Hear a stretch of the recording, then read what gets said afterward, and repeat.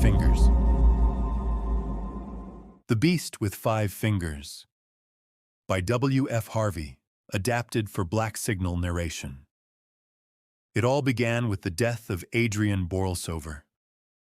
He was an old man, quiet, intelligent, and obsessed with his own body, especially with his hands. For 50 years, he had lived alone in a large, shadowed house, writing endless notes about the mystery of touch. He believed the hand had a soul, its own will, its own memory, its own power to act, even without the mind. When he finally died, his distant relative, Eustace Borlsover, inherited the house and all his strange writings. Eustace was younger, skeptical, and proud. He didn't believe in ghosts or souls. He only believed in himself. One afternoon, as he was sorting through the old man's papers, he found a sealed box labeled "Private," to be opened only after my death. Inside, there was a small jar filled with clear fluid. Floating inside it was a human hand, dry, pale, perfectly preserved.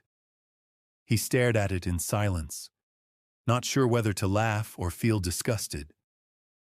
The label read, "Right hand, property of A. Borlsover." He placed it back on the shelf and forgot about it. For a while. A few nights later, he was reading by the fire when he heard something soft, like fingers brushing against wood. He looked up. Nothing. Only shadows moving along the wall. Then the sound came again, a slow tapping. Once, twice, then silence. He stood, holding his breath, and then he saw it.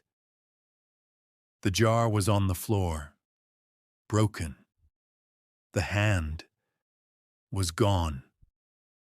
From that moment, the house changed. Doors creaked open when he passed. The air smelled faintly of something dead. He felt watched. He locked the study. He sealed every crack. But at night, he still heard it. The faint scrape of fingernails on wood. He told himself it was imagination.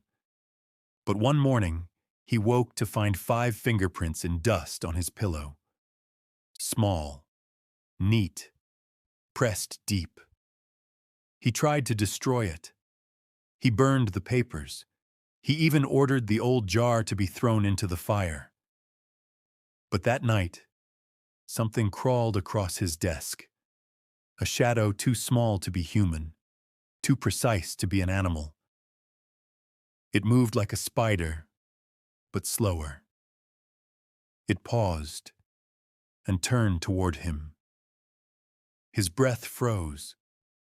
The thing, the hand, climbed up the chair and pressed its fingers against his throat.